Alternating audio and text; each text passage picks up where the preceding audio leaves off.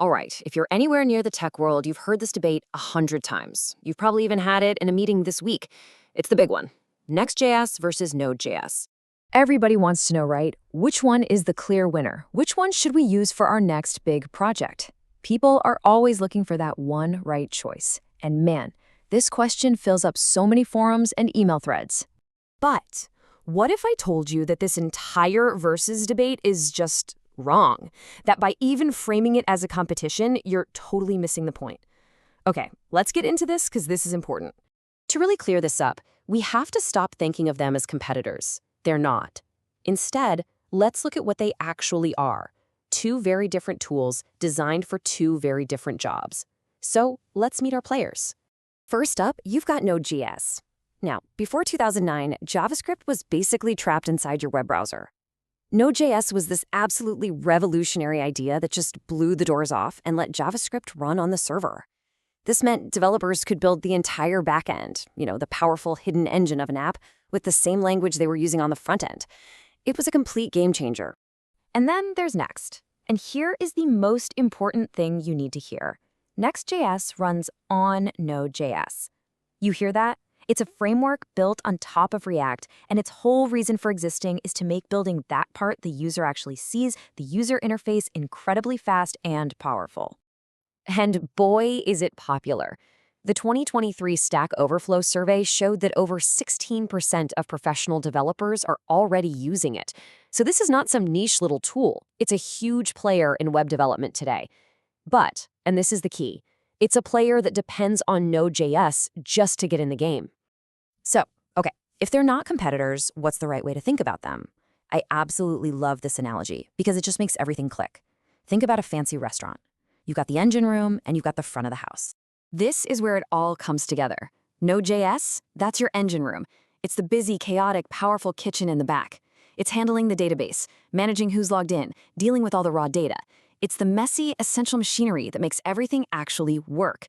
Then you have Next.js. That's the front of the house, the beautifully designed dining room, the perfect lighting, the amazing service. It's the seamless experience the customer actually sees and feels. It's what makes everything feel good. So let's actually put this analogy to the test. Let's look at some specific scenarios, because depending on what you're trying to build, you'll see how one of these naturally becomes the star of the show. This little table breaks it down perfectly.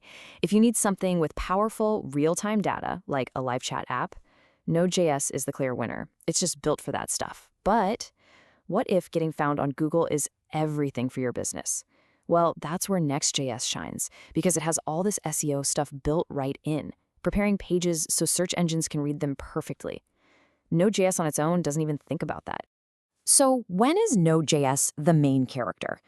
Think about any system that's just raw power, without a direct user interface. You're building an API to feed data to a dozen mobile apps? Or a live tracking system for a fleet of trucks? The backend engine for a huge media company? That is pure Node.js territory. It's all engine room, no front of house needed. Now, on the flip side, when does Next.js take the lead? Well, pretty much any time the user's experience is the most important thing. An e-commerce site where a 1-second delay can cost you thousands in sales? A marketing website that absolutely has to rank #1 on Google? A sleek, fast dashboard for a software product? That is all Next.js. Here, the entire focus is on what the user sees, feels, and experiences. So by now, you've probably figured out where this is all going. The verdict is in. The best, most powerful modern applications, they don't choose one or the other. They use both. They leverage each one for what it's best at. They're not in conflict. They're in collaboration. And this flowchart, it shows their partnership perfectly. A user visits your site. Next.js, our front of house, greets them and builds that beautiful user interface. But that page is empty. It needs data. So Next.js makes a quiet little call to the back, to the engine room. That's when Node.js fires up, grabs everything it needs from the database, does its magic, and sends the data back.